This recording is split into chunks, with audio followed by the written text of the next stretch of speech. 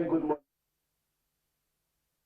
What has happened in Queen Elizabeth, where we know, of course, 3 people, including 2 tourists and 1 guide that I have known in person. That is Eric Aliai, one of the senior guides I've known in the country. And for what happens, of course, it cannot be a good morning. But of course, as a country, we still want to send condolences to the family and those that really saw next to them. But of course, we continue to speak on the matter, because this is what the country should hold. The safety, security and the rest take the forefront of the conversation, and it's really what someone should talk about. Of course, we know this continues to taint the image of the country, that more other tourists wouldn't want to come to Uganda, but security, of course, is what everyone is looking up to. And this beautiful morning, or I cannot say beautiful, or this morning, I am coming to you from Nkumba University in Katavi Town Council, Wakiso District, to just seek a security perspective of how this should be managed, how this should be done.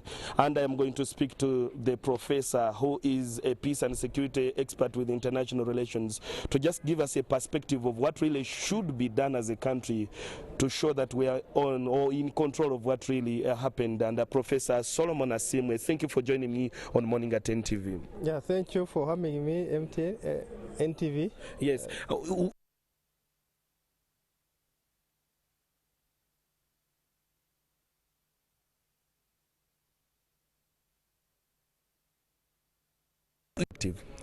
Well, it's an unfortunate situation, and my condolences to, first of all, the people who have lost their dear ones, and to the country.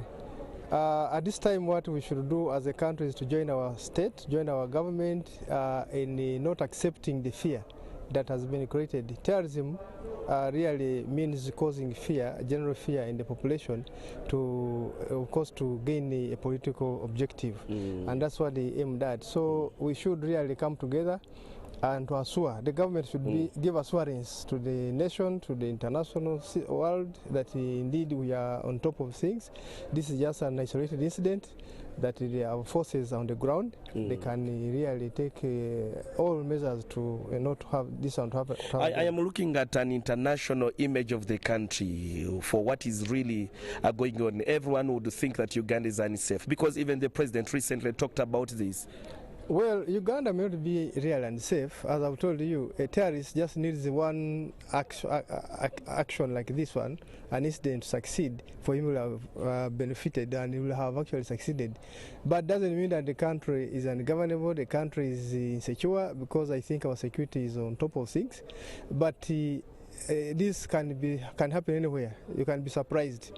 But what I'm going to say is that terrorism, we need to know the causes, actually, the root cause of terrorism. If you are to fight terrorism, it's not just a matter of following them up in the bush with guns. I think we need to find out the root causes of this problem, so that it is handled. And the root cause of terrorism actually is political system and decision making. Okay, so someone, there's no one is born a terrorist. Okay, they are groomed. It's a process and it's a choice.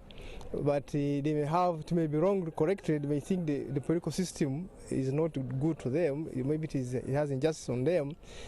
So the answer is to find a way of looking at this political system or decision making to answer to what they are talking about. Professor, I am really trying to look at this, especially from the tourism sector. This really continues to taint a name, and I am sure it is directly going to affect them. What do you think needs to be done at such a difficult time?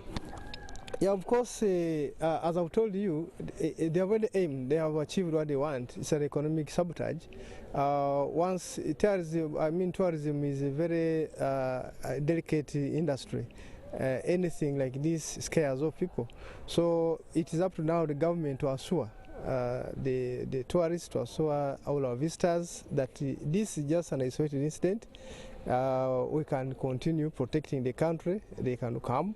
Indeed, it is up to now the government. Professor, if I can quote from the president's statement last time when he was talking about this, the continued UPDF engagement on these ADF camps and where they're doing this. He said some of them have run into the country, and he was questioning or asking the citizens to be vigilant about this. And this is happening now. What do you think is to be done? Yes, as the president said, now since they are being attacked in DRC, maybe they may run this way to divert the forces. Okay. So what is important actually is a connection of intelligence and also the police and the security forces to assure us how to report, reporting systems or any incident that is happening. Okay, 15 seconds, Professor Wisena. But at this difficult moment, what do you think security needs to be done to assure the world, I can say, in 15 seconds?